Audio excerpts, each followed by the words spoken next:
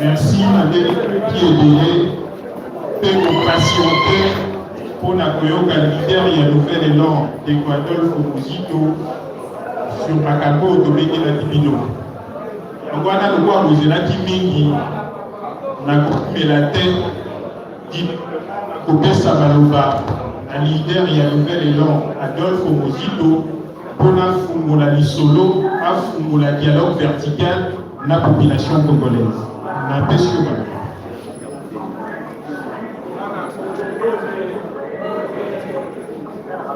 Bana Kolombote, Bana Kishasa Mbote, Nayobi Pero, Baza Ibanga, Baza Kolokanga. Est-ce que Baninga va Ibanga à la gauche ou à la droite? Est-ce que Baza Koloka? Merci Ndenge Oye, merci Pena Baninga, ma journaliste Ndenge Baye. Pour la Boyebi, le dialogue vertical, ils ont posé la Kanango, Bandaka, la Dossa, la Kango, Bandaka, mais Bambudo et l'équipe, le salaire qui a monté. Il y a dialogue vertical, on a comment on a lobby, ils allaient opposition ou en opposition, le dialogue horizontal, où nous avons la Kanango entre les la dirigeants, horizontalement. Si vous avez makambo oso sololaka entre biso na oyo etali mboka peuple azalaka lokola origine bino ndenge boyali awa ntango biso kuna tokendaka kosolola toyaka te kopesa bino rapport makambo nyonso komona kaka na televizio na radio elingi koloba kozala na ntango ya kotuna biso mituna te Pourquoi il y a ndenge makambo eza koleka mabe to malamu bozala na possibilité te ya kotuna biso mituna mpe biso mpe totuna bino mituna bokoka kopesa baréponse na mayele ya bino bokoka kokolisa oyo ya biso mpe mayele yango tobimisaki formule oyo nouvel élan eza na yango lelo dialogue vertical mpo tokoka kosola na bino chapitre vous allez mêler la bambouda, la basanza, dans le continuer au sein de la dialogue dans le cadre de l'université populaire. Nous avons l'université populaire, les alliés, et si Kamaïe, il y a Batouamine, puis il y a Maïe, les savants, les professeurs, et pas les barons, les Saka, les étudiants, les écoles. Donc, tout ce que nous disons, Maïe, nous avons tout qui savoir assez. Pour traduire la haute préparation et la haute principalement la haute économique, politique et sociale. Donc, dialogue, nous avons le cadre pour l'actualité en mode chapitre à l'évo, ils allaient consultation, M. Tshisekedi Azakosa. Bon, nous avons sur la politique. Le cadre, pour chapitre mibale pour masomo ya lelo pour nayoka bino bakonzi ya nouvelle élan bayoka bino bakonzi ya lamoka bayoka bino bakonzi ya iside mpe bayoka bino lokola baalibiao basujet ezali consultation okotia wana biteni mibale ya liboso mpona nani biso bato ya eside nouvel élan, Martin Fayou, Adolphe Mozito, Tokenda Kité. Est-ce que dans notre pays, c'est pour ça qu'il m'a dit tout malin?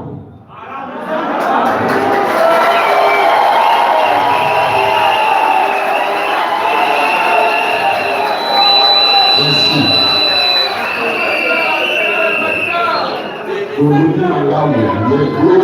Congo eza monene mingi baza komona eza mabe bongai tokende me tosolola yango ba deux points de vue avant tosala synthèse eza moko te parce que ekele na kati na bino ngone mpe baza na point de vue contraire il faut korespecte yango atako tokolongola yango il faut topesa baargument premier point donc mpona nini président yango Martin Fayou leader Adolphe Mozito, ancien premier ministre, qui est dialogue.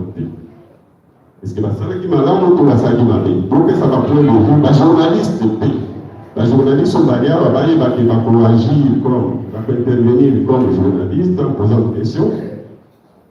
Mais va agir comme citoyen, va occuper, qu'on peut sa point de vue dans la Bango en tant que citoyen. Deuxième point, automobilité. Dans les consultations, il y a un Tshisekedi. Il y a un Kazaosane na yango. Et pour ce cas, voilà. Na wana tonanga na tie ba hypothèse mine pour ici cinquième ou les hypothèses ya biso dans la moka avec mon président biso et oya zali moninga na biso mais en même temps a outil na libumu ya peuple ou une spécificité monene ya moté omoni awa parce que oya zali ni réunion partisane ya biso nouvelle là politique il y a un président nous azali il y a biso nyonso so politique akenda meeting nyonso partisan et c'est quelqu'un qui est meeting nyonso akokokate pe akobenga partisan mais ye akoki koorganize meeting comme président élu mpona oyo wana akoevite biso yango bomoni ye awa topoza mitini ya nouvelle là mpona ndenge tolukanaki mpe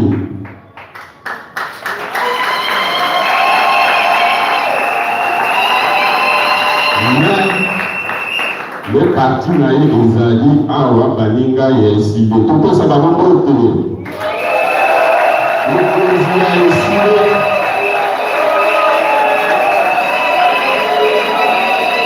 bana ya dynamique ya vérité des unes mpe batali na kati donc bali baninga na biso en tant que partisan est-ce que oza koreprésente en même temps des pays ou bien des pays azali à part epenge telema ete pays.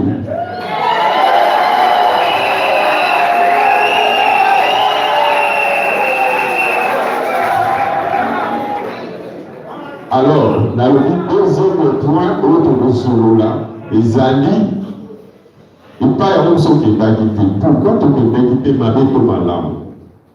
Mais il y a ma solo à sali. Ma bête au malam, il y a ma solo à sali. Il y a ma sali à sali. On a retenu 4 hypothèses. 5 hypothèses, les alliés à l'issue de la monnaie principalement, président et nous, on a préparé le si tu peux nous avoir le prendre. Première hypothèse, oui, à Bosuka Nayango. Les alliés qui a sali consultation, quand tu dis l'objectif Nayango, les alliés que à sali l'union sacrée, l'union sacrée est l'union pour le baba, on a Sangana lié. On va faire la majorité parlementaire ou politique. Il faut aller dans les institutions pour changer par rapport de force. Ce n'est pas une majorité dehors. Encore que la majorité dehors, c'est nous. Est-ce que, dans le scénario, on a la première hypothèse pour discuter dans la Bible, pour comprendre, est-ce qu'il y a réussi, tout a réussi, peut-être ce qui a réussi, peut-être où les années première hypothèse, à besoin de la Kabila, alors dit chef, pardon, pour le travail. Première hypothèse.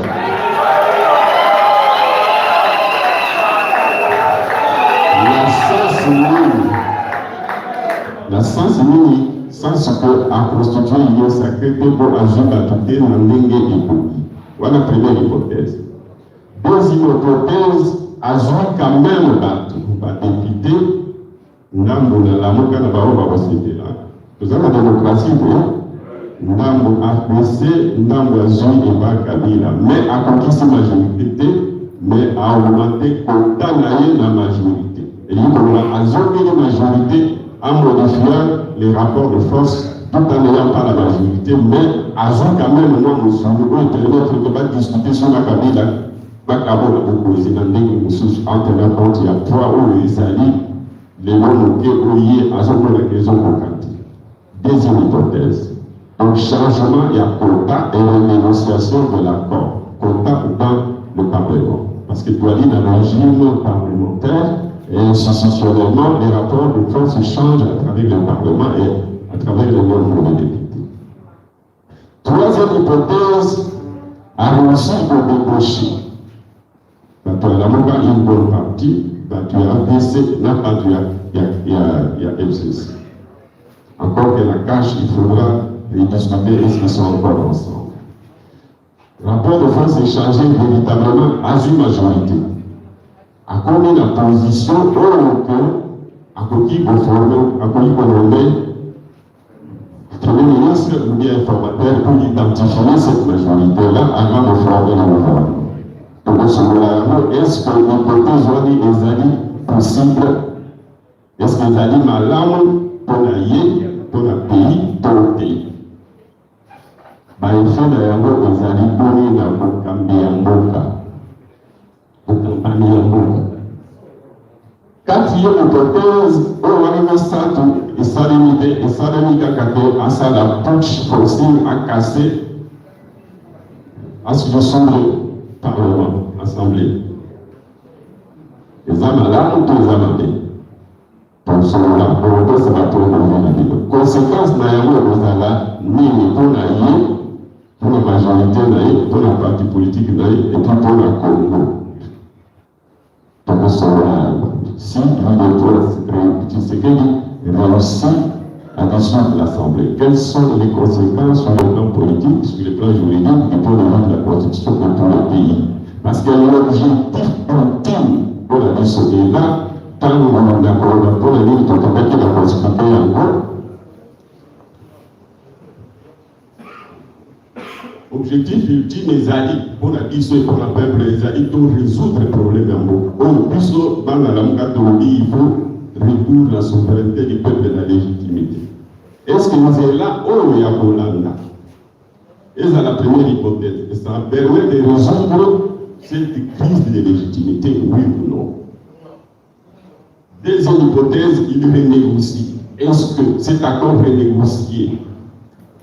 Bien que changement à rapport des alliés, est-ce que l'accord il y a un moment où ils ont bien les amabés? Parce que, en tant qu'on va négocier accord, on attend où ils ont amabés. Toute la question qu'on va se poser.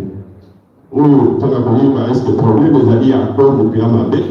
Le problème il y a les alliés, manque de respect, il y a application et accord de sa part, d'après l'anniversaire de l'année, tout de sa part ou de la part de son adversaire. Donc, quatrième scénario, à dissoudre l'Assemblée. Quelles sont les conséquences juridiques du point de vue de l'institution? Quelles sont les conséquences du point de vue du recours à la légitimité? Et quelles sont les conséquences du point de vue de la stabilité en bon cas? Nous disons à la normalité à travers cette option-là. La quatrième option, plutôt la cinquième option, c'est la nôtre qui est l'hypothèse que Ozonga la vérité des yeux. Pour la résoudre le problème, il y a légitimité. Et ça va monter, hein?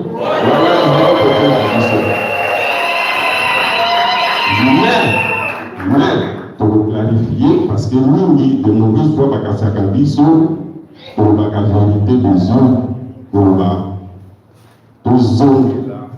l'élection en 2018, pour reconnaître Martin Fayulu comme candidat élu. Donc, c'est pas ça la vérité des gens. Au début, on a pu nous garder tout ça là pour l'émotion. Le Sengaki va vérifier, va ça la comptage. Pour tout ça, la vérité. Toujours à côté. Pour lui, va publier la valeur résultat. C'est constitué par le public. Pour que la vérité, il y a une éliminée. Tout ça qui est en route. Pour lui, bon, toute l'élection va au bas où. Pour que la vérité des yeux non pas où il y a Nakabila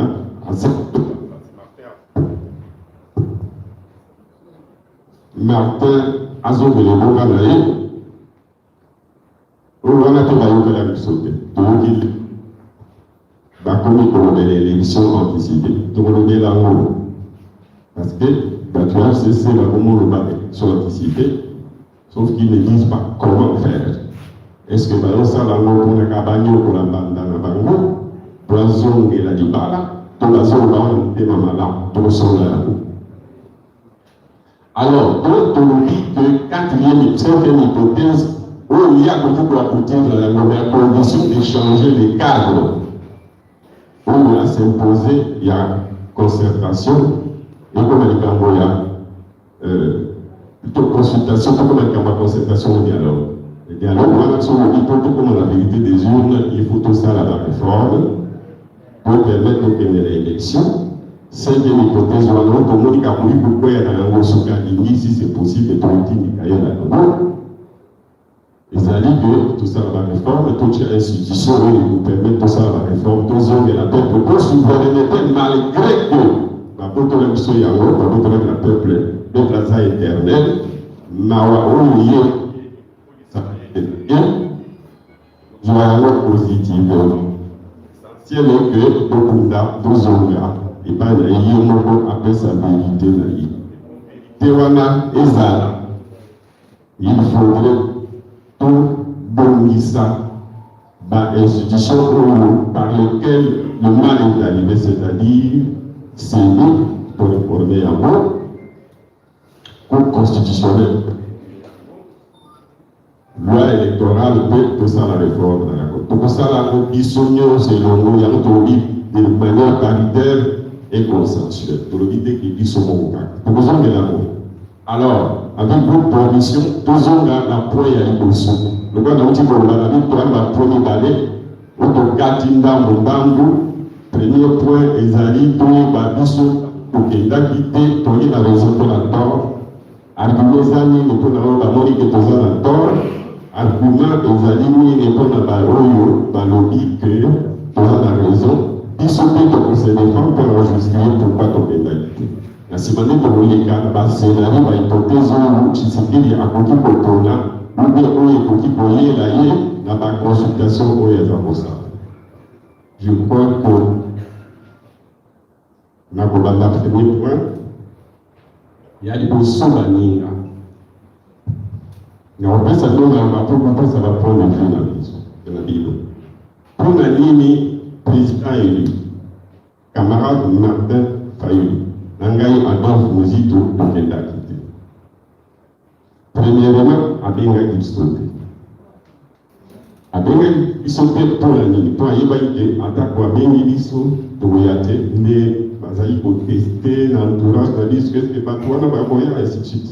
Et Bazan a raison, parce que tout le monde peut tout mais il y a que nous allons que tout est pour tout respect en tant que bande de ou bien en tant que décolabiso. Pour qu'il faut répondre par l'équipe de Togoyate, mais tout le monde est sur la ligne. Donc, première chose, pour qu'il y ait des points de ligne. On va être là pour la ligne. Alors, pourquoi tout le monde est premièrement, pour tous ceux que vous reconnaître, il était en tant que président à Congo.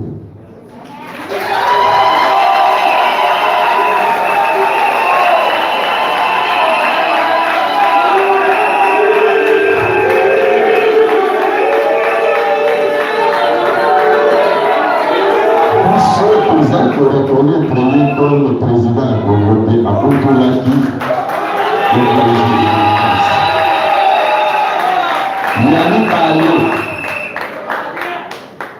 Yannou Balé, Tukukaki Kokende, pour na makambo yaza kosenga, yaza kolobela, problème yaza koposer. Ils yaza identifier, les alliés monoté ils sont identifiés. Parce qu'on a tous un objectif différent, problème tous un opposé différent. Mais pourquoi qu'on est sur le problème il y a identifié pour la mission les alliés, il y a pénétré pour Kokende. Les gens n'y balé en roi. Et nous avons il y a un comité de mouvement de l'État. Parce que, Baïbaki, Mouébakabola est zanté. Signer accord, parce que l'accord est normal dans le pays. C'est pour dire qu'ils sont plutôt sur la naïe de Mouana. C'est le vite. Le problème est que les gens ont dit kwanza alimsoto ke ndongo la ile kwanza nzoka ndini kwanza leo atakongo ya ngoro kimakaka parce que maladi wana yiza kubimana kwanza iza ndini microbe biso tolingi tolongola mikolo ye alingi tolongola kwanza.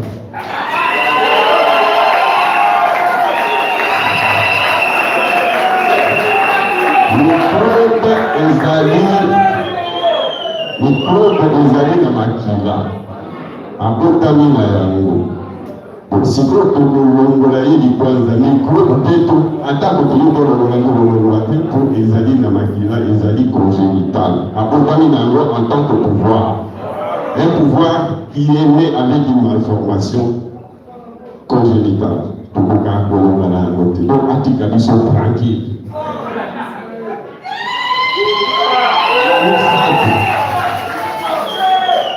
Pour développer en quoi ce pouvoir a une malédiction congénitale, nous allons passer à la malédiction en retournant vers le peuple, non pas en manipulant les institutions qui sont tout aussi illégitimes que leurs animateurs dans eux-mêmes. Alors, il y a le centre. Il y a la méga Azali, Babengi, chef de l'État. Le chef de l'État, par rapport à bateau, Bazana y a un conflit. Parce qu'en tant que chef, non seulement il y a Azali juge parti, mais à cause de la juge pour il fera ce qu'il voudra parce qu'il est l'arbitre au-dessus de la mêlée. Les questions partisanes de votre pénalité. Je vais assez rapidement pour dire que les questions partisanes, il faut que ce soit là. Il est représenté par son parti, mais comme confiance des alliés, il faut un intermédiaire. Pour preuve, tant que vous avez un Kabila, il y a des partisans. Il y a des chefs de l'État. Entre guillemets, tout ça, quand je dis chef de l'État, pour des raisons pédagogiques pour comprendre. Tant que vous avez un individu, Kabila individu, il y a un qui va ensemble. Tant que vous avez un chef de l'État, alors non, moi je suis au-dessus de la mêlée, je ne peux pas appliquer ce qu'on a convenu comme privé. Parce que les exigences de l'État et ma posture des chefs de l'État, ils ont proposé un intérêt à faire. Donc il est logique que dans sa posture des juges qui nous reçoivent pour nous écouter, qui nous décider avec nous, encore que ce serait absurde que nous on décide de quoi que ce soit non privé ou institutionnel. Donc c'est une absurdité et d'aller discuter politique avec quelqu'un au sein de ce qui est une institution au sein de son bureau. Je travaille avec des hypothèses, je ne dis pas qu'il est je reste dans son propre chemin. Au moment où on se met en Afrique, où on va nous aller dans toute l'institution dès que la loi va les Allemands. Voilà, là, dans la Côte d'Ivoire, chef de l'État, Ayandi Pédier, adversaire politique, naïf, chef d'État. Thomas Sonola, Bayoka.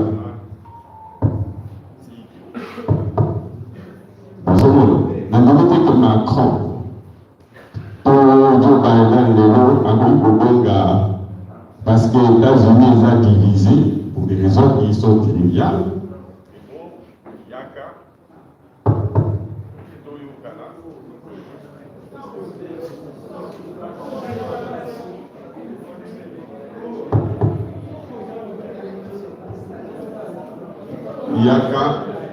Yaka Toyokala. Ça, l'accord, il n'y a que chez les Africains. C'est le président Ouattara qui appelle son adversaire, chef d'un parti politique, pour décider ensemble. Donc, les caricatures en disant qu'il faut un intermédiaire entre eux, et lui, Ouattara, doit venir avec son parti politique pour qu'il signe un accord de gouvernance, de paix, et ainsi de suite. Et que lui, en tant que chef de l'État, adhère à ces schémas pour avoir obtenu que ça se passe à son initiative. Donc, Bissot doit respecter l'institution. Et puis, après, ça nous rattrape. Et c'est ça qui se passe entre Kabila et Tshisekedi. Ils veulent nous entraîner dans cet enfer-là pour qu'après il nie, et en niant, il aura raison, et nous serions tombés dans le piège. Voilà pourquoi mais cela signifie que nous pouvons sauver là. Nous avons avec Martin Faïd en tête pour nous dire que pour que nous ayons la ressource du peuple, pour légitimité, il faut élection. Et ça l'a anticipé. Attends que vous avez anticipé que vous allez dans les délais à condition que la contrainte de la finance, logistique, religieux, affiché électoral est obligé d'y sauter. tout le monde a vraiment, la 2023 ou bien un peu avant, mais que les principes, il y a retour au peuple et Zalani, puisque pour calmer la colère populaire, et quand nous faisons ce qui a mis en gros, peuple et Akoko qui dit ça, mon thème, ils sont fait pour prendre acte du fait qu'il est là, bien qu'il est légitime, qu'il serait sous-souté, mais à condition qu'il y ait un débat qui m'avait salini, et que Salini a mis pour corriger à travers les réformes pour retourner au peuple. Déjà, le fait de reconnaître ça, de se saborder, ça peut déjà soulager le peuple et remettre les choses à l'endroit. C'est une grande concession au Martin Fayou Assalaï. Donc, premier scénario, plutôt raison au Kikoï pour qu'il y ait là, et ça, il y a encore peut-être que tous les alliés, la suggestion des alliés, on peut critiquer la position de la biso, on gagne dans la petite sœur, on gagne à Nyokoni Nikolo Nelson. Il y a le Binanga, donc on a vu, on a évité ce que Zali est comme un gros là, donc on a vu, vous avez dit la Genève, si vous avez dit là, accueilli kuna, à mon que kuna ils ont regardé. Alingi, boya aussi misaye, au bonisa, tous ont dans la situation normale. Boni, bozo, boya, ils ont proposé sa vie sur passe. Nous avons dit que nous avons un sentiment, na mawa ya kimama, awa, alors il y a des choses qui sont des gens qui sont souillés. Mais il y a des gens qui est-ce qu'il y a des gens qui sont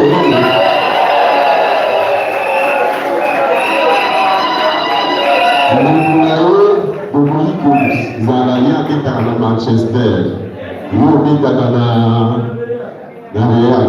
Pour pétaler le thème à Cordoue, nous avons des propositions d'attaque ou des propositions d'initier le Cordoue. Parce que règle du jeu est indiquée que Makangouana, malgré qu'il est en train de plutôt arbitre à Kangaroo Force, mais les alliés, ça fait partie du jeu. Nous allons pas c'est vrai. Nous allons pas compatriotes, c'est vrai. Mais nous allons servir le peuple suivant idéologie dans idéologie, vision dans vision. Nous bâtissons sous ma position partisane. Hier, la vision de Zaki est longue pour la Kabila. Hier, appelé pour vendre la Kabila. Et nous, on va signaler que la Kabila, ils ont l'accepté pour payer possible parce qu'ils ont dit contre le peuple. Ils ont dit contre la Constitution. Nous avons pris un dollar et possible problème. Et possiblement problème. Et possible problème. Ndenge nini biso tokosangana na ye na madoa elingi koloba tobimisa ye na motambo mpe tolingi tobimisa ye na motambo ubie ye akanga biso na motambo epai ya Zali. Est-ce que tokondima akanga biso na motambo?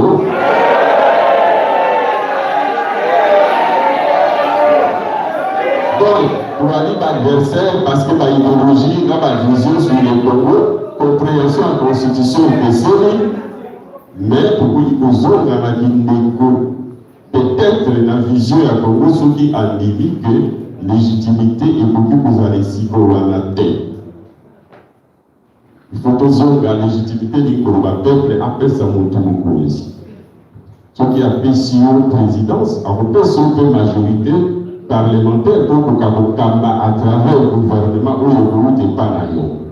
Mais il y a signé la moto pour après ça une majorité. Mais API majorité, après ça majorité présidentielle, mais API majorité parlementaire. Est-ce que nous avons la limite que nous avons? Est-ce que la limite que nous avons réussir? Pour signer la moto contre la volonté du peuple et de la loi.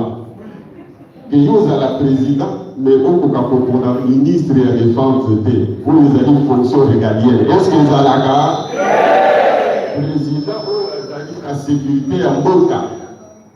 Pour les ministre de la Défense dans mon où ils ont des fonctions régaliennes. Est-ce que Bandimik a réussi?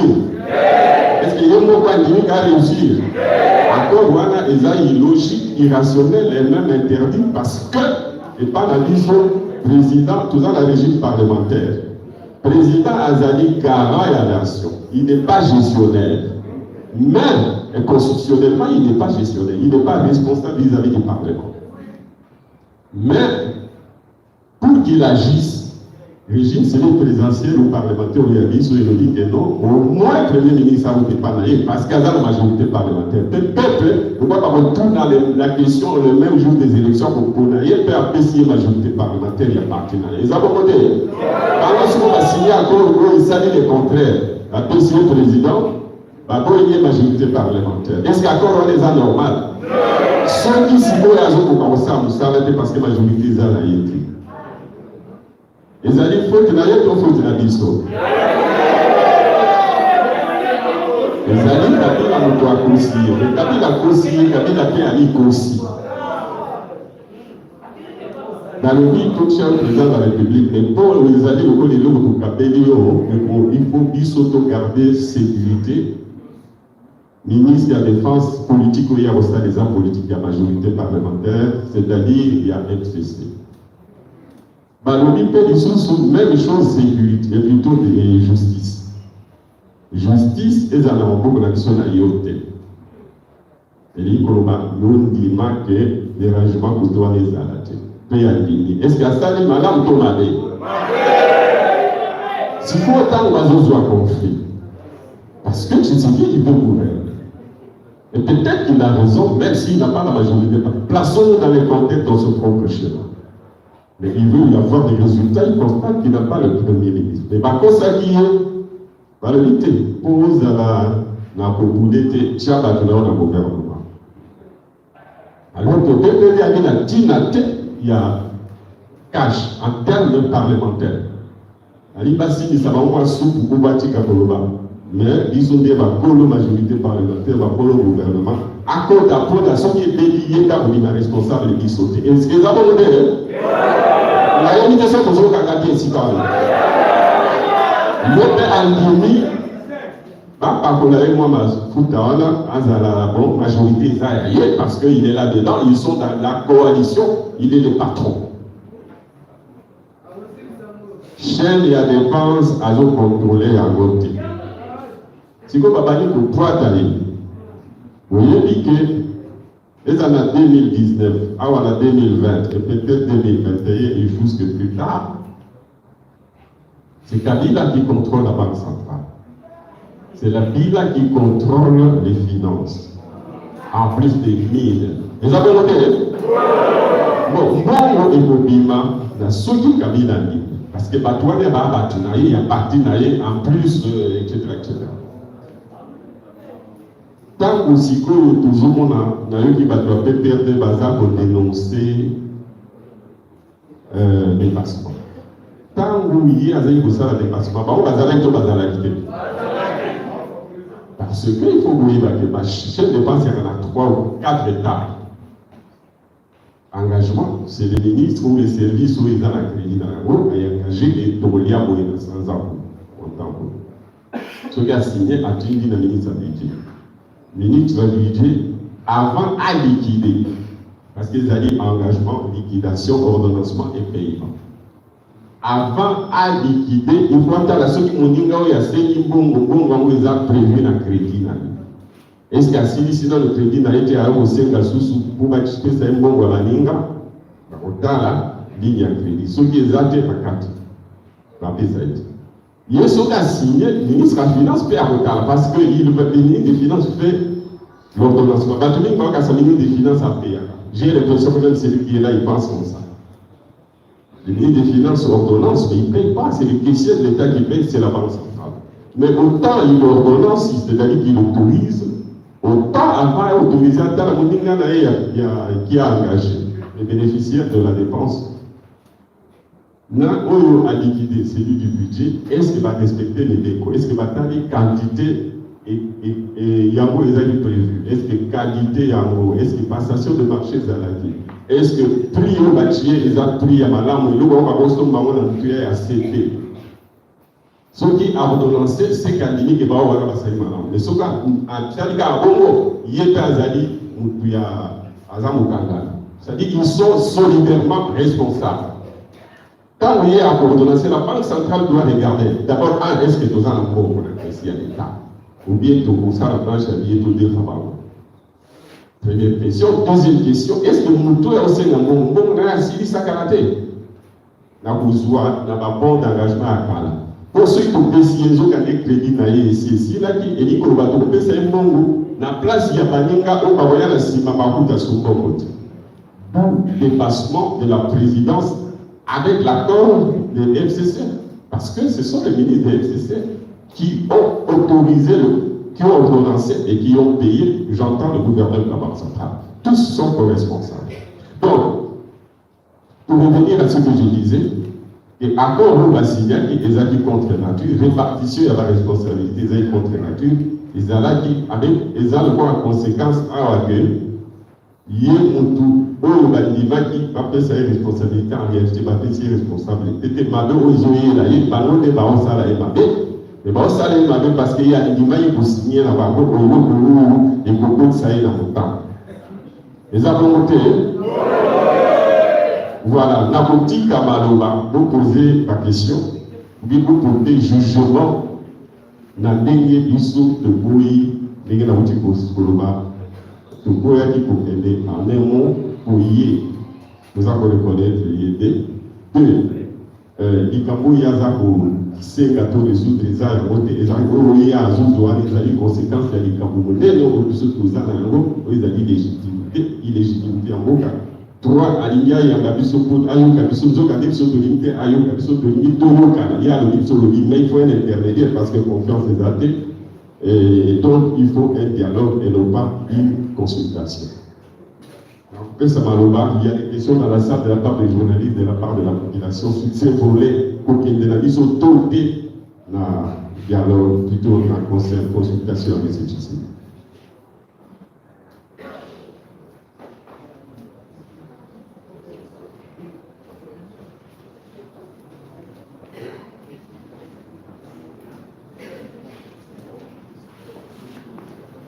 On va commencer par les journalistes.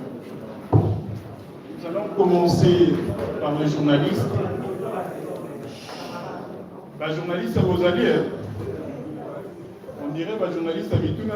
Matin, il y a une équipe tellement bien débattue sur la suite. La Moni, donc, elle est directement la population. Comme ça, on a la journaliste après. Donc, Tobeshio Maloba.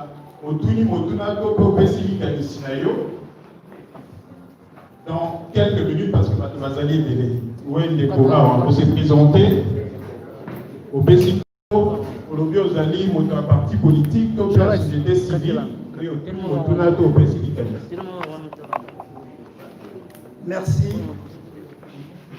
Nazali na regret pour les Monazan, mais Nazali congolais. Oya bakila lokola monsieur Adolphe Muzito na lobi boye nazali na regret pona elembo oyo nalati mais nazali congolais ya solo ya makila lokola l'honorable Adolphe Muzito. Je n'ai pas la question.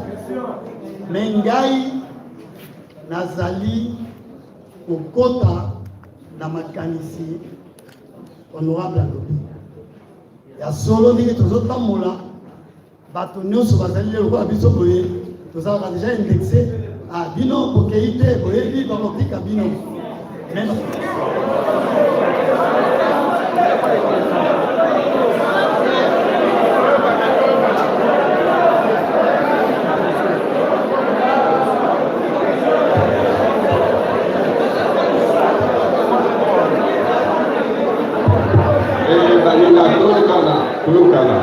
Au moins une question aussi sur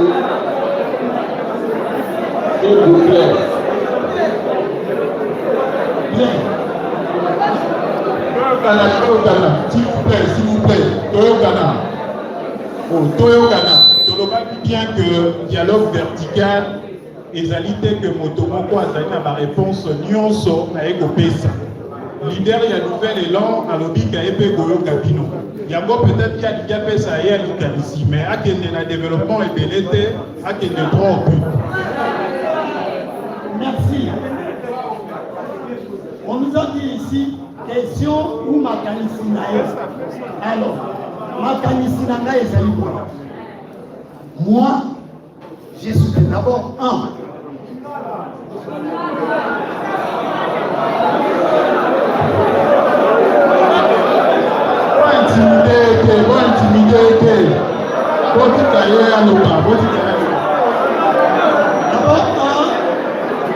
Toyoki awa balibere na biso azalaki invité te.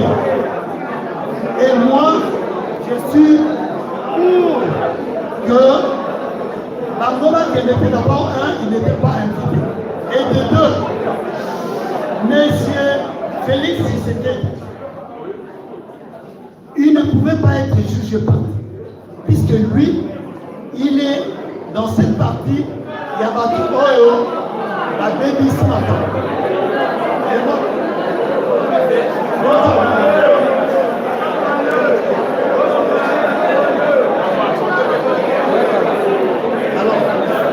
Ego, Ozali, Onya biso tambo, Otika ya loba, Tokana, s'il vous plaît, Tokana. Sécurité, s'il vous plaît, on irait pas comme si vous voyez votre chat. Tokana, s'il vous plaît. Tokana, Aza Koloma très rapidement, Otika ya loba en français, Aza Kokoti Salingala, l'essentiel, les actes de la Boulander. Alors, très rapide. Bien, merci. Comme nous avons une question, moi, il n'y a pas de question. Nanaye awa, on appelle ça makanisi nangai, c'est-à-dire que nous soutenir position, il y a leader, Martin Fayulu, la honorable Bozito, pour qu'on participe à ce dialogue, puisque le dialogue qui est là, c'est celui qui fait faire le dialogue Azali Oyo. Azali mutuna mbeba ngai na lobi na ndenge na ngai pe opinion oyo ezali opinion ya bato ebele. Honorable Muzito, vous êtes dans la bonne position. Basala oyo bakosala, mais nous verrons la suite à la fin. On ne peut pas participer, nous, nouvel élan, à ce dialogue-là, puisque oyo azosala ce dialogue, il est dans... Merci. Même d'autres précisions là.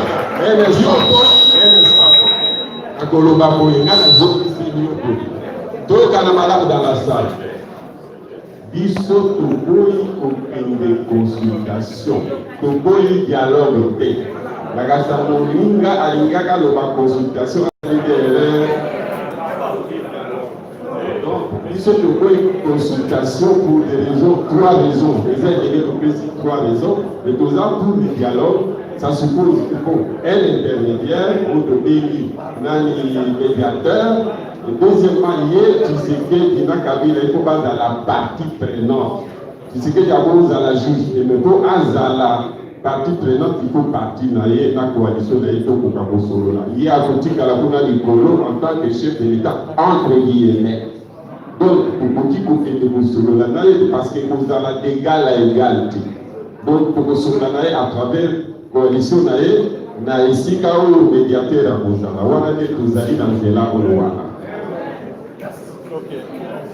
Bon, faut comprendre que vous allez les trois au but, vous allez au but de déco, yaka, parce que votre musu va dire banda, bango préféré soit bango. Merci. Azali population, Azali partisan, il y a fait les dents. Question en a exemple et suggestion en a exemple. Ndeko président Nabiso Adolphe Muzito et président élu Martin Fayulu basali na préposition. Pourquoi? Parce que dialogue ezalaka facilité na intermédiaire. Tandis que consultation oya azosala azali président de la République azosala pour l'intérêt na ye. C'est-à-dire pour nanga azosala ngo pour l'intérêt na ye et non pour l'intérêt ya dialogue. Merci. Merci. La bonne nouvelle est là, le diplôme.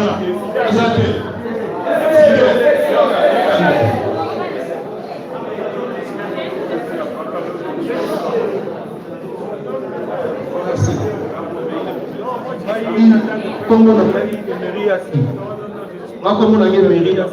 membre ya ADD Congo juste on a il faut voir qu'il n'a nombre de travail. Question à mes amis. On a conception il y a président élu Martin Fayulu là Premier ministre honoraire Papa Ndebulabiso Adolphe Muzito au Bazwaki la Mouka ezali plateforme politique déjà na 4 leaders au Béni conception au président élu Martin Fayulu non Premier ministre honoraire Ndebulabiso Adolphe Muzito Bazwaki pour participer à la consultation. Est-ce que deux leaders tout le monde va participer à la conception? Non. Bazalaki na yango ou avant bakende bosololaki to bosololaki te. Question la machine.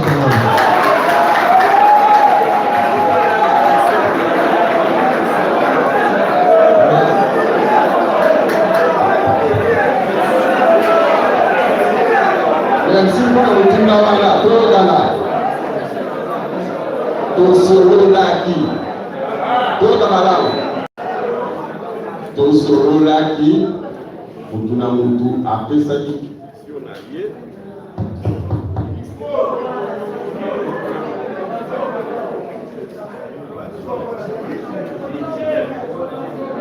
Mutuna mutu apesaki position na ye. Il faut koyeba que Namuka ezali bloc monolithique. Ozali église te. Église idéologie ezaka même dans quelques églises bakimaka mpe bacommunauté ekesana. Pentecôtiste bazali bamosusu balengaka méthodiste bazali moi ekokisa lekolo kozala na moto azwaki position oyo amonaki malamu parce que il faut toyeba que moi kokisana ezalaka esika wana faut to respecter cohérence position donc boyebi que mesika tundi reconnaît Tshisekedi comme président élu. Alors, on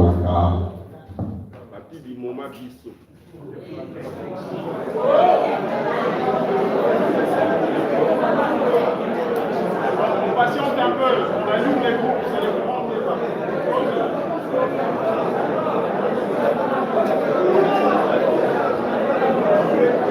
Un peu de patience.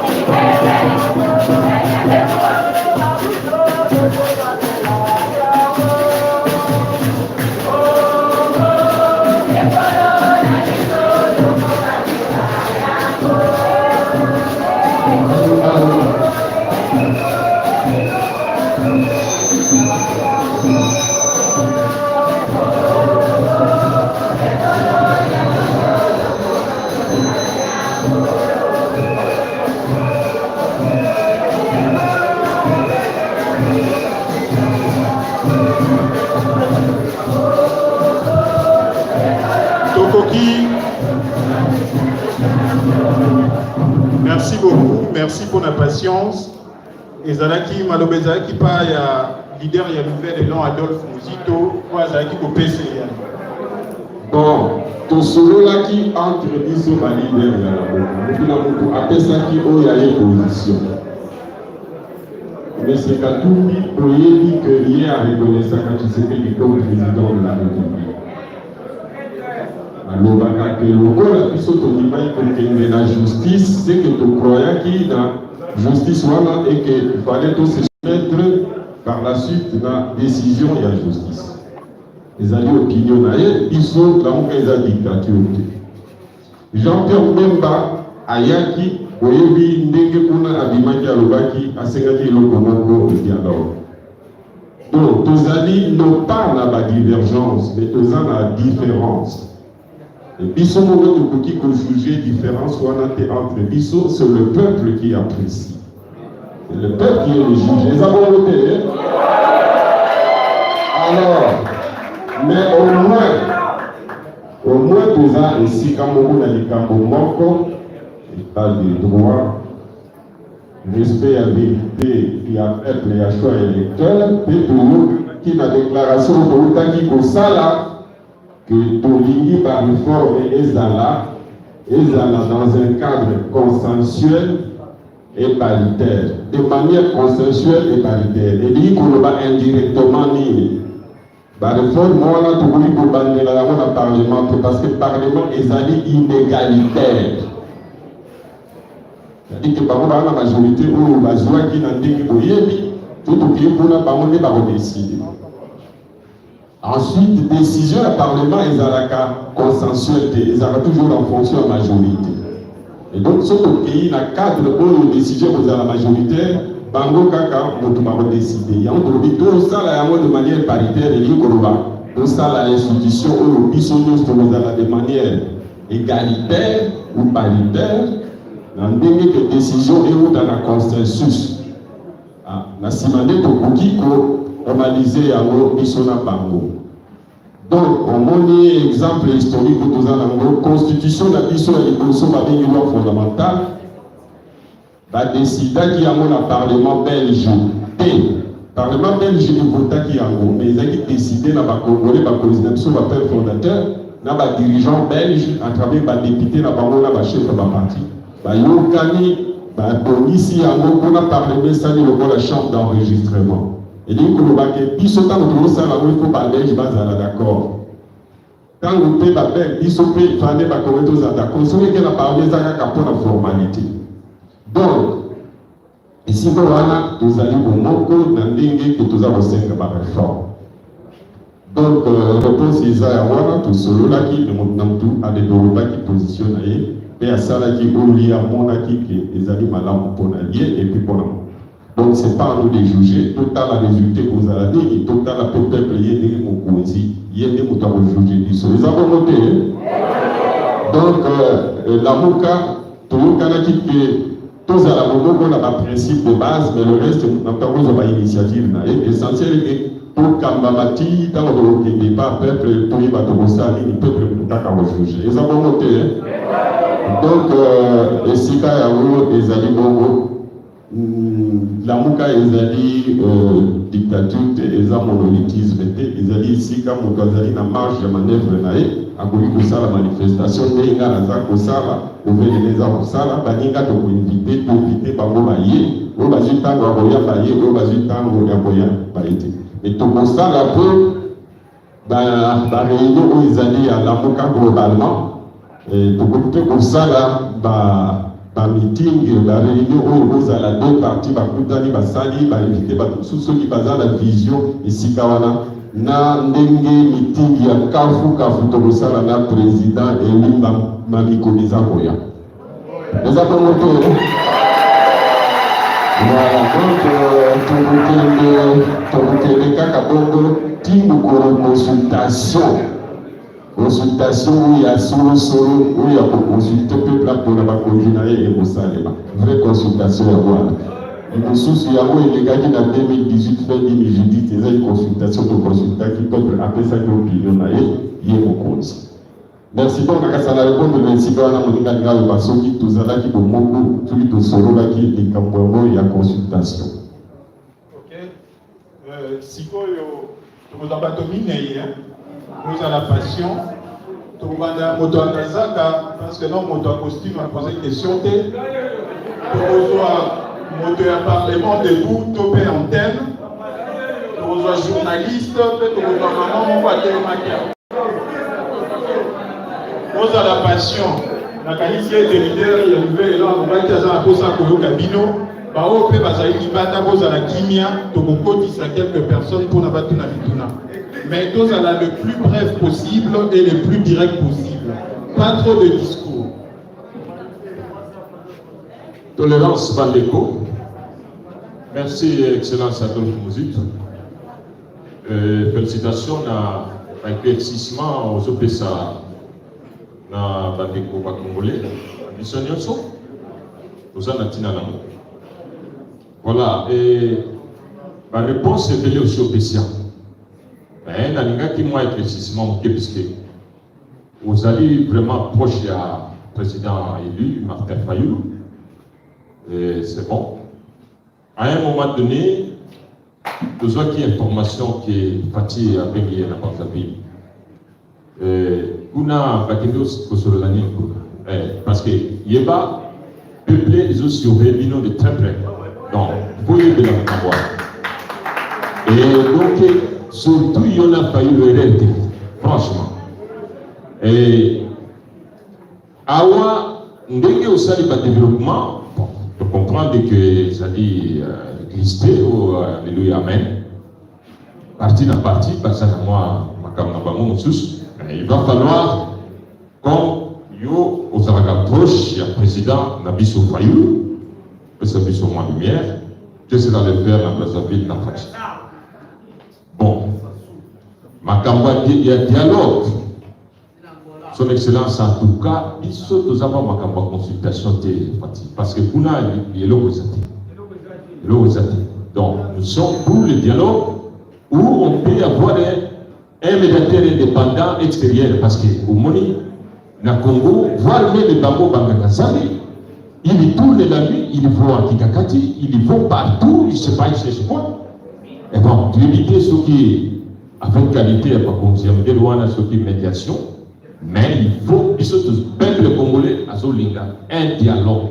Dialogue, parce que vous la question est que vous allez développer dans le sens clair où vous même ambition dans la réforme institutionnelle, où vous avez ça, dans ordre, où il pouvoir et peuple congolais. Parce que il n'y a pas moyen, il y a pour tromper la population. Voilà. Et aussi, comme la Mouka, vous avez 4 grands leaders. Il y a bien un moment là. En fait, position, il y a des position y a. Dites-nous clairement quelle est la position de Lamuka face à la vol électoral qui a été organisé. Voilà.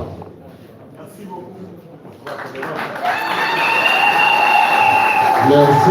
Donc, ici, le reste des autres commentaires, opinion, mes questions dans mon Ezali Moko, est-ce que Martin Fayoulou a Kindali Koussa na Congo Brazzaville? On dit que Mbokao, président de la République, élu à Zamboko. Président de la République élu à Zamboko, mais Aza université. Président de la République, où Azali est investi, mais non élu à Zamboko. Président Sassou Ali de Konabiso, ma passe na biso, ma lame na biso, a subi Sarayango. Ce qui est problème des alliés dans le Congo, à Bengaka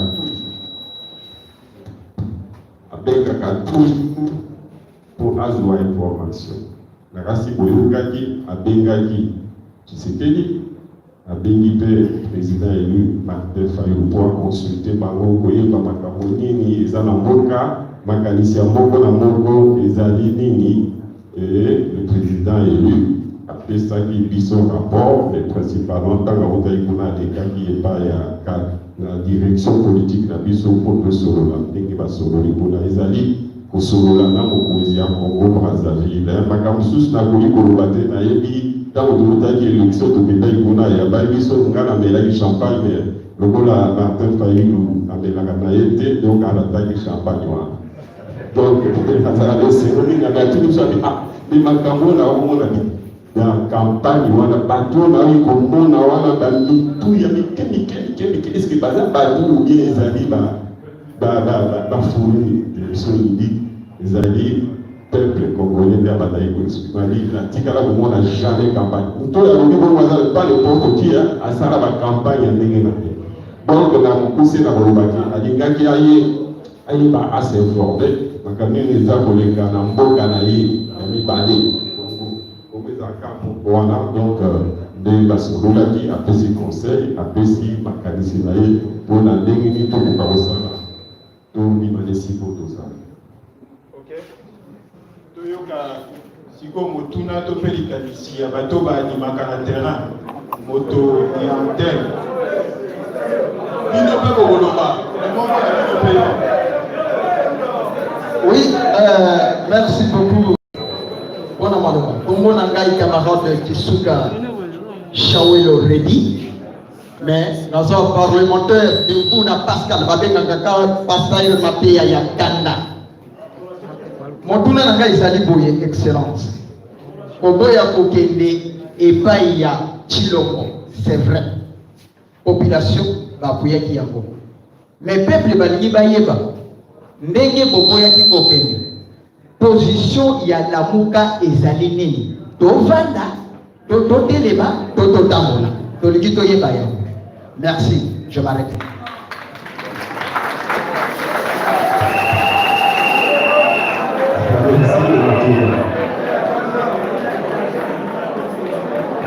Voilà, camarade Kikambo Ezakani Bali. Pour obtenir changement, l'histoire de à Mboka pour obtenir changement, c'est l'air à Libali. Soit révolution, soit réforme. Ceux qui réforment s'imiter par comme la révolution, toute insurrection, mais révolution a l'avantage que et puis ici proposition alternative. L'insurrection est dans le Kola Kanda, au Télémi, des gars peuple à Saraki, insurrection dans les urnes contre Kabila, contre Tshisekedi et pour Marc. Nous avons une révolution démocratique dans les urnes. Awa biso ya liboso avant comme en étape il y a les étape ya liboso s'imiter les alliés par réforme de tout ça aussi. Par réforme il y a vraiment ce qui est salami et vous corrigez ma campionne. Mais pour y que par réforme en gros tu besoin à votre action de ça les pression. Mais pour peuple à ça la pression il faut que ce dirigeant te convaincre. Il peut y être à vivre dans la chair par événement. Quand on a quand les gens la raison à Kolanda, Motobre, akoki facilement kolanda yango mpo akomona ye moko azovivre l'événement, ye moko aza koyoka azomona azali koretenir baide. Pour preuve tobandaki kolobaki crise ezali baninga bakoboya. Est-ce que bandimi te bandimi te crise ezali? Est-ce que peuple côté wana akoyepa na biso mpe akoya te? Tolobaki mpona kosisa crise oyo tokende élection anticipée. Kabila na baninga na ye baboya. Est-ce que lelo basengi élection anticipée tu basengi te? Est-ce que peuple apesa biso réseau to apesa biso réseau? Peuple bayesaka ye biso bakolisi biso na badirigeant lizenga aforme biso alobi koémancipe peuple ezali lokola kochauffe océan. Mpona chauffe océan ezwa moto ezwaka ntango. Peuple akobanda kosentir ke mboka ya malamu te, abandi ti azovivre mayele ezoya événement mpe ezokolisa mayele petit à petit. Donc tolobi lelo tobandi déjà kozwa raison cash na FCC bakomi baporte-parole na biso na baide oyo Martin Fayulu azali koloba. Est-ce que mabe to malamu? Sikoyo tokomi na esika ke bango nyonso balingi bareforme, balingi élection anticipée ou élection tout court, élection générale. Pour biso tolobaki ke biso kutu bazana besoin na biso te mpona conflit na bango ezala. Bango moko bakokoda conflit. Esalemi te osalemi te? Alors, donc, tokotelema toza kokende tozotika bango basala faute, après faute bakorrige petit à petit. Tokotindika bango yaloka moto asi alongoli elamba atikali na sous-vêtement devant piscine. Soka okoya na mali eza bongo te? Ata asali ndenge na okoya na mali mais soka koyo te okotindika ye. Est-ce akokule?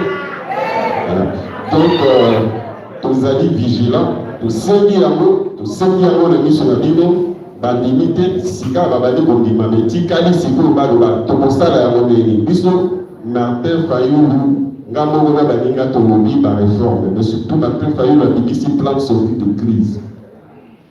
Alobi bon nandimi na nga koyibi me koyiba wana eza na avantage ke ekolisa mayele ya peuple, parce que peuple akomaka fort au fur et à mesure ovivre makambo yaloba nzoto bana mwana te mama ayebi ke mwana soki abotani botiki azwa mwa diare wana ekolisa bainteste ezobimisa ye mingi eza bongo te? Peuple mpe akokola na badouleur oyo nyonso aza kovivre. Donc tobimi epreuve wana ekolisi mayele ya peuple soki tozongeli ye mbala nsima non seulement akovote pour le changement mais akozala déjà amikembisi mpona korevendike mpona kodescendre dans la rue soki tricherie esalemi. Donc tokotelema mpona kocontinue koformule barevendication kosala pression mpona baninga ata baza na dutu soka bakondima soki bandimi te na ntango wana peuple sikoyo nde akoregle makambo akosala soulèvement populaire et grâce à soulèvement populaire gouvernement oyo ekoya wana après soulèvement populaire ozala obligé esala bareforme eza bongo te? Ok, maman, et puis tobandi awa mwasi ya liboso akotuna motuna toyoka. Merci ndenge opesaka parole. Nga kombo na nga mama Mwanda Thérèse, naza chef ya selili nangi na Maroka. Papa na nouvelle ENA. CPA. Oui, papa Adolphe na tuna mutuna boye. Na tuna mutuna na ngaboye. Papa Fati aza kobenga bino na consultation.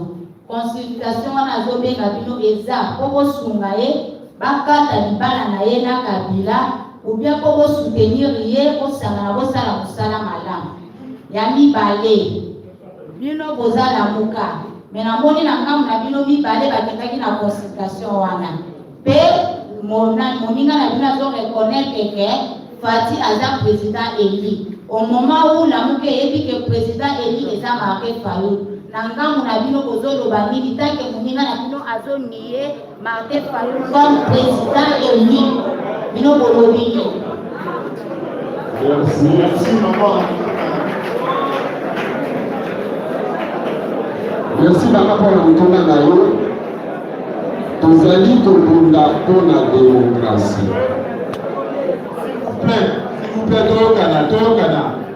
tozali kokunda mpona démocratie. Moninga alobi Tshisekedi azali président élu. Biso tolobi azali élu te, azali ayebi. Cela on a expliquer pourquoi divergence sur les différences. Mais hier en même temps alobi que élection les alaki chaotique.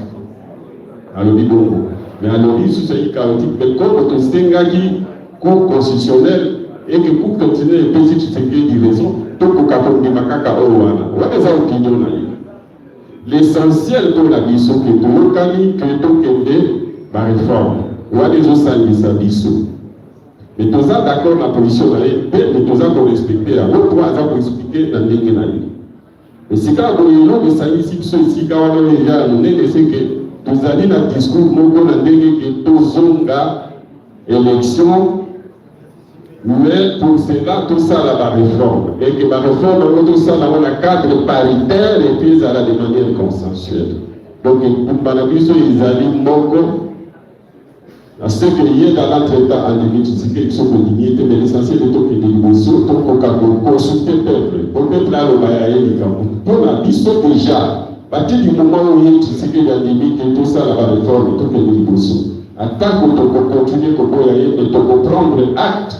Essentiel que la réforme message quand on assure ce qui réforme le peuple a changé d'opinion a été dans les dirigeants la vie. Est-ce que vous dites que ce que Jésus que tout n'a une question pour poser est-ce que vous changez d'opinion la vie? La on dit que solution est à tout que les négociations pour trouver légitime. Mais tu sais que voilà la deuxième point de vue il y a Monique a pu trouver légitimité dans le cadre de la consultation pour les accords là. Soit en renégociant l'accord, s'il ne réussit pas à avoir la majorité, soit il aura la majorité, soit encore s'il n'a pas à dissoudre l'Assemblée. Alors il y a un moment de recevoir la loi. Donc en résumé, c'est ça. Une question de manière de Ndeko Félix, est-ce que tant que Kobenga Bino, ils apprennent pour résoudre le problème de Kabila à Kabouanaye, to vous allez s'engager pour la Kokamba et qu'on a dégué le Mobati. Nyonso wana aza na mona mutu alobi biso to appuyer à se débarrasser de la Kabila. Et puis en même temps tout ça la lingomba ya sika oyo ko permettre que tout toka mboka biso tolobi na yeboye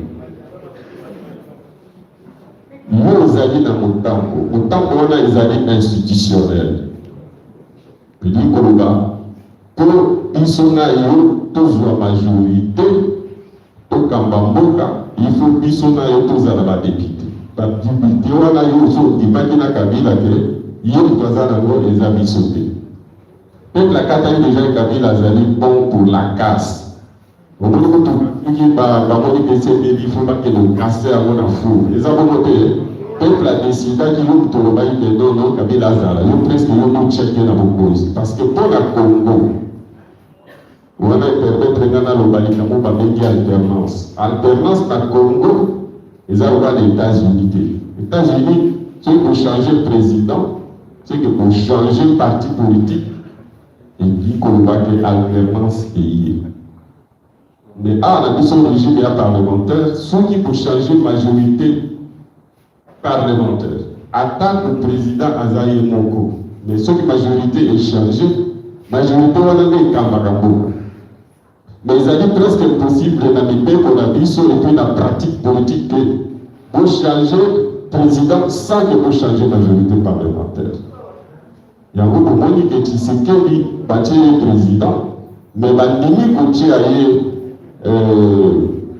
président avec majorité ou peut-être y a comme gagner comme alternance ces articles. Mais il y a l'objet que alternance.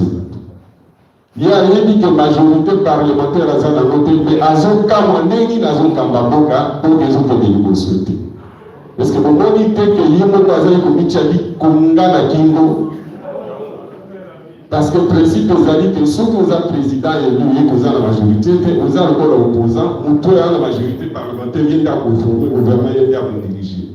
Il y a la possibilité de parler. Il y a des personnes qui ont la majorité, il y a été peuple après cette majorité. entre guillemets, parce que ce n'est pas le peuple qui a donné cette majorité. Le peuple a pris une majorité dans tout ça, après ça qui était. Vous pouvez avoir des années responsables, il y a gestion à la moto mabé. Il y a Ganato. Mais il y a Alingi Amicha, qui Kabila pas aussi de l'Essikana, Amicha qui est chef majorité, les aériens pour la tout touche, passer des coalitions. On y a des coalitions à niveau commun. Nous avons des coalitions, il y a pour diriger à côté, gouvernement, on a appliqué politique. On y a normal, il y a des gens qui freiner, mais on freine ce qui est chez les alliés, les chefs là-bas, les alliés. Il y a ici quand on a comparé. Kabila pe azolinga azalaka akidi bawana pour remilo biso qui est béni balo bakiza et nous ogane za Kabila nous doit responsable et chef parce que c'est lui le chef de la majorité. Alors, les azote d'abiso pour soutenir avec comme il s'habille sur majorité dégainée alingi biso que de la majorité on y a moni que ça m'a paix. Est-ce que patouana sont pas commis par là ils sont qui moi, dans respecter c'est normal. Est-ce que si ceux qui ont commis le vent de pas là où est-ce qu'il y a un maillot? Alors, il y a tata n'a pas y a dit. Ceux qui ont été témoins à douber à zone papa là. Vous savez quoi? Est-ce que vous savez que le peuple n'a pas de tout? Ah!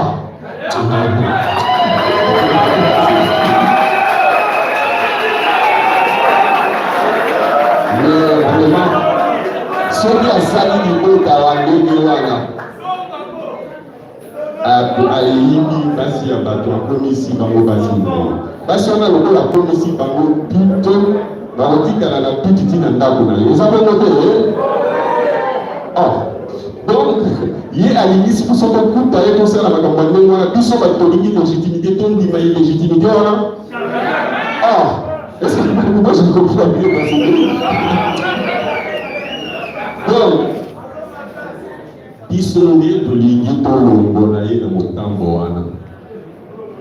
Soki andimi ba réforme, plan de sortie de crise. D'abord, on va les tolérer. Deux, pour envisager une légitimité dans l'avenir. À partir de ce moment-là, on peut maintenant commencer à dire bon, avec qui on va faire cette légitimité. Il peut trouver sa place dans cette affaire-là. Les avez noté?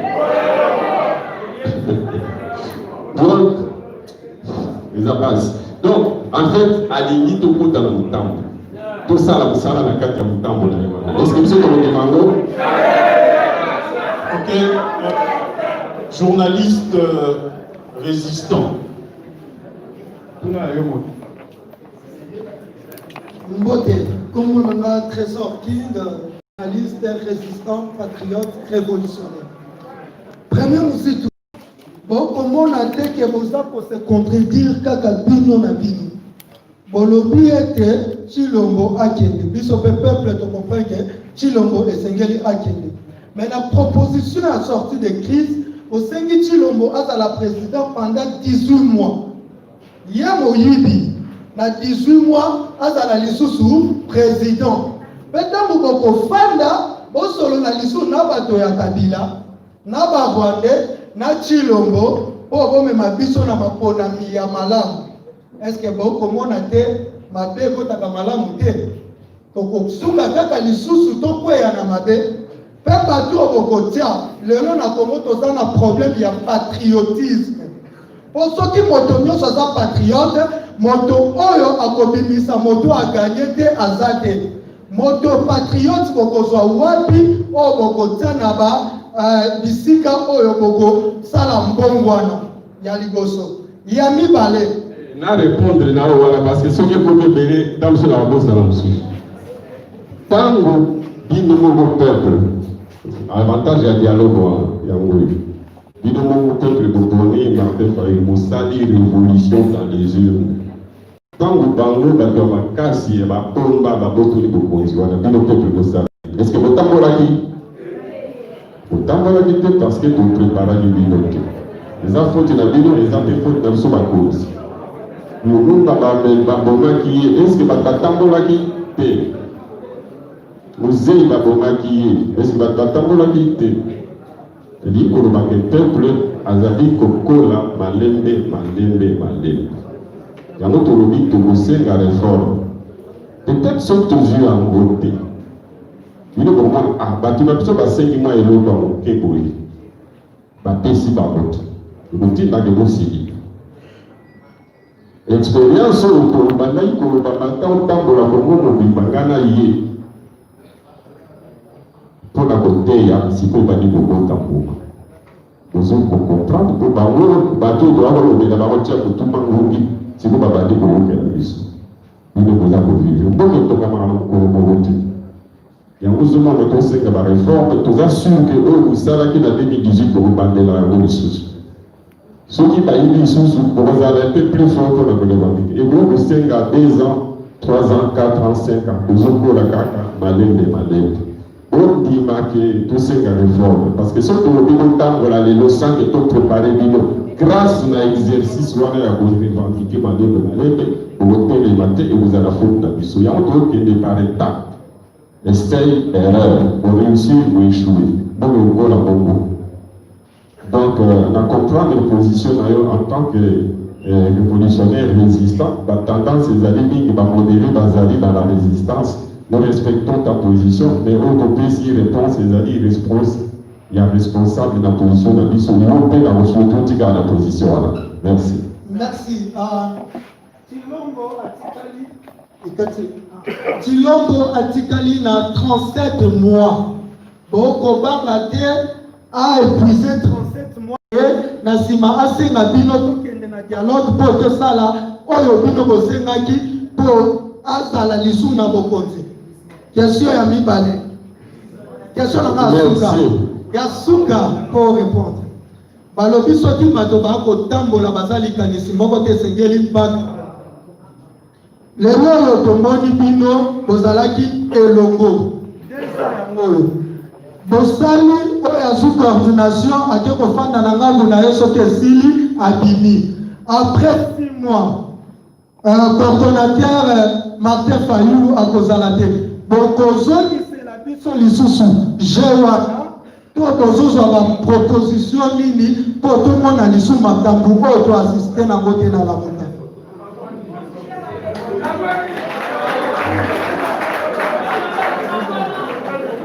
Question de Bosso, oui, pour rappeler là.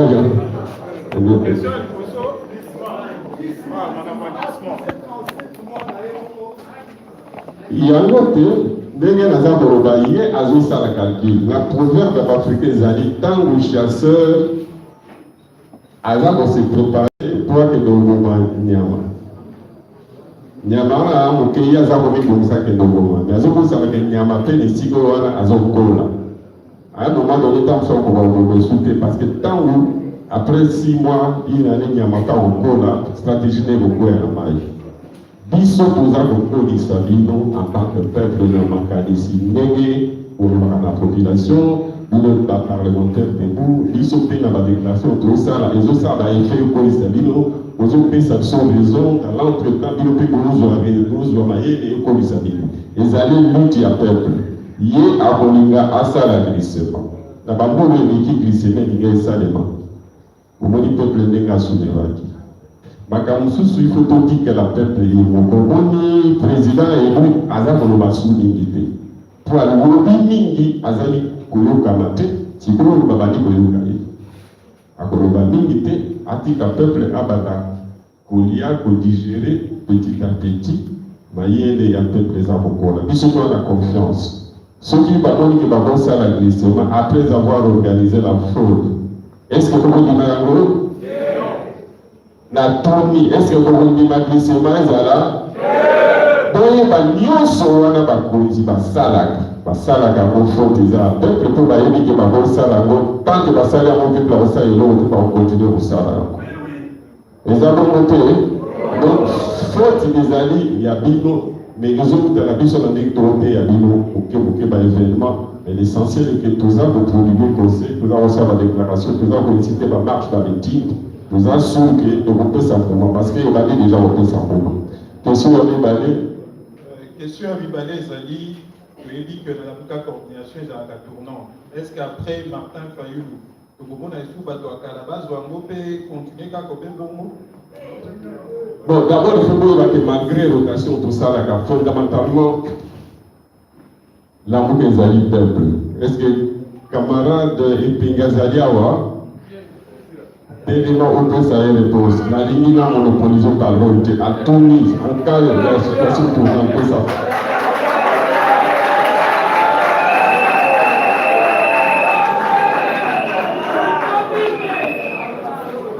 Banalamuka, oye! Banalamuka, oye! Nani mokonzi ya Congo? Nani mokonzi ya RDC? Topetela mokonzi ya Congo maboko mingi.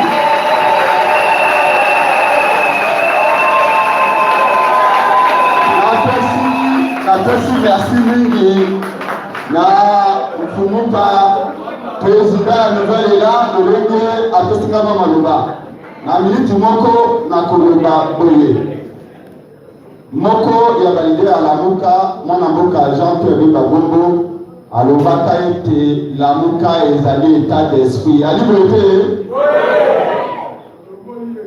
mfumupa mon premier président ya nouvelle là babakisaka ete Lamuka ezali peuple alibote biso nde tosengaka babimisa biso candidat commun eyali bango balibia te yali boye te je me rappelle eyalaka na triomphale tolobaka na bango botayi biso te obosani yango okolo yango Tshilombo alobaka ete bameli mbondo oyo akotayi kombo na ye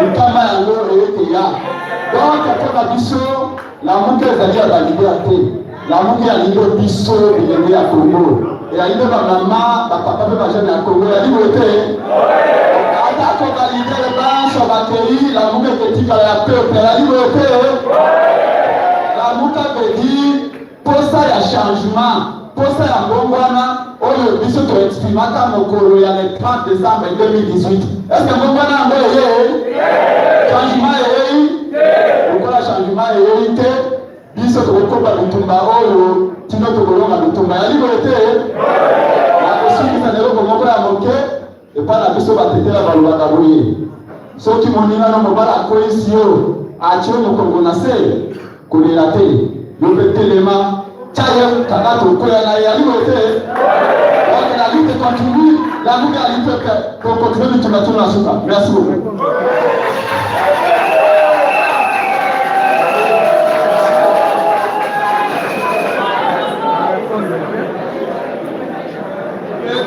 Donc, résumé pour tout le Ghana.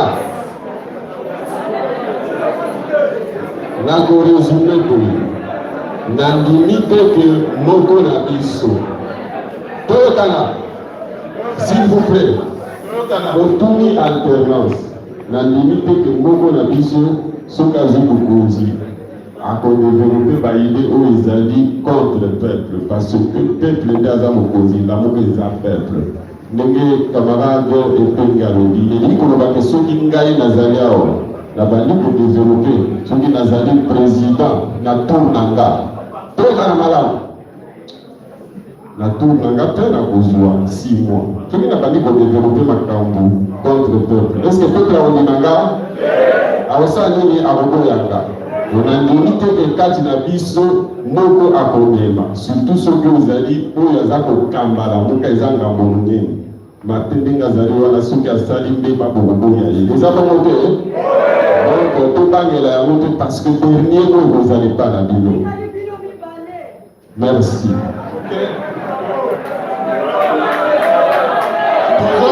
toza kozwa bituna mibale awa tata alati costume bleu koko kolikoya tokozwa elenge moko awa atuna mpe kotuna comme ça tozwa mpe 3 questions libanda bato baa libanda tosanctionne bango te po batuna kotuna nabaki moto ya costume oyo on dirait pasteur.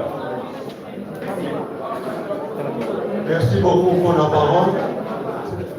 Les alliés pasteur José Loba, nouvelle est là. Nalingaki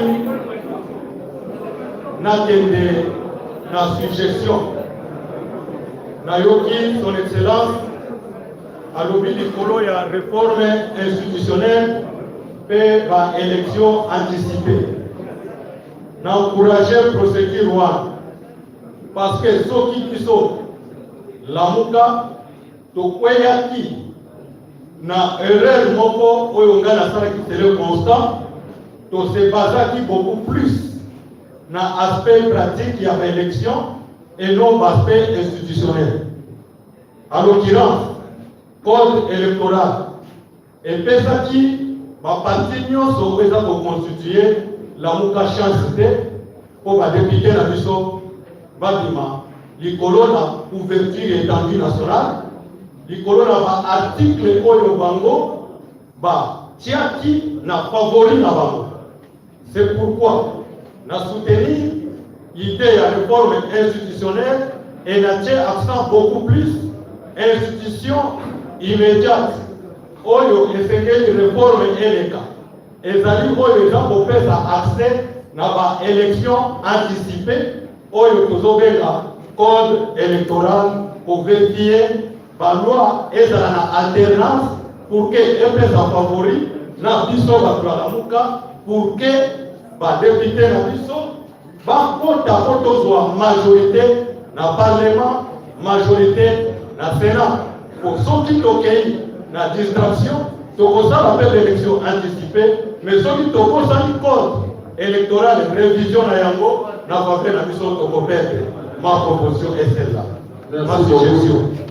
Merci beaucoup. Donc, permettre les gars, pour tout ça, ça va question de son niveau à son cadeau, passer dans le deuxième point, où ils allaient répartir en 5 hypothèses. Très rapidement.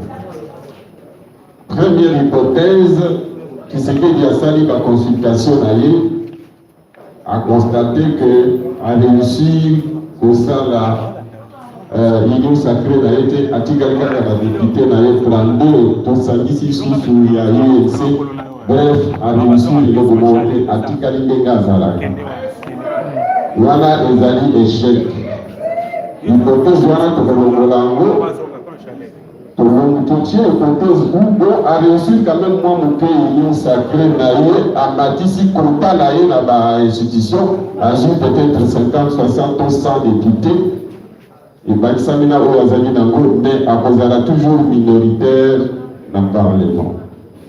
On a fait les alliés échecs pour naïe et puis échecs pour l'Amboka. Mais échecs pour l'Amboka, il y a une légitimité pour continuer Kaka. Il était à changer le rapport de force T. Alors, Owana a conquis soit qu'on passait à l'étape suivante.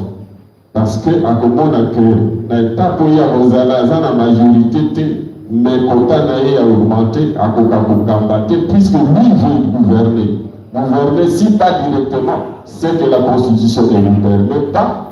La Constitution permet au président de la République à gérer, mais surtout quand ce président n'a pas la majorité. Donc, il y a un petit caractère qui n'a pas si beau, à la majorité pour agir à travers la majorité. Donc, à côté de la Azali, illégitimité au continuer, il était passé à Zomona Lelo, à continuer comme Yango, du fait que l'accord est boutique à la la majorité, après ça, la majorité de Kabila, et aussi qu'il est à gérer à travers le ministre Naïe la défense pour qu'il sécurise l'est du pays, dans à ce moment-là, et à vous arrêter la justice, c'était pour acheter ordre dans la communauté de justice parce que à vous assez appelé ça qui a donc les deux hypothèses nous laissent dans la même posture et sa situation, son objectif il ne l'aura pas atteint, moins encore l'objectif du peuple qui veut qu'on rentre vers la légitimité et la souveraineté du peuple. Maintenant, hypothèse, il y a eu Sato et il a dit qu'il a réussi à changer la majorité, à commis la majorité. Faiblesse, il y a hypothèse, il a dit que cette majorité-là est vous allez volatile. Il dit qu'on va que la majorité, vous allez adopter les mantés et vous allez changer. Les lois, il n'y a pas d'ailleurs pour aller si Bango, Miki, pour aller pour convaincre Bango, mais l'eau dit, va vous en aller ndenge naukai koloba bakozonga epai bautaki ye moko kabila alobaki ke akokoka bango te. Troisième hypothèse, donc, asali majorité, plutôt asali majorité, mais oyo bozala stable te. Yamine maintenant, il arrive à voir la majorité, plutôt, Yamine a dissoudre l'Assemblée. Nous sommes au Bible, ceux qui a dissoudre l'Assemblée, l'État a aussi à permettre que va dissoudre l'Assemblée, mais premièrement, la commission libérée. Premièrement, il faut que Ninga Nae, ou Bazana la majorité, la coalition Bandi, c'est-à-dire le Premier ministre qui est celui le patron de la majorité FCC, Anima contre-signé.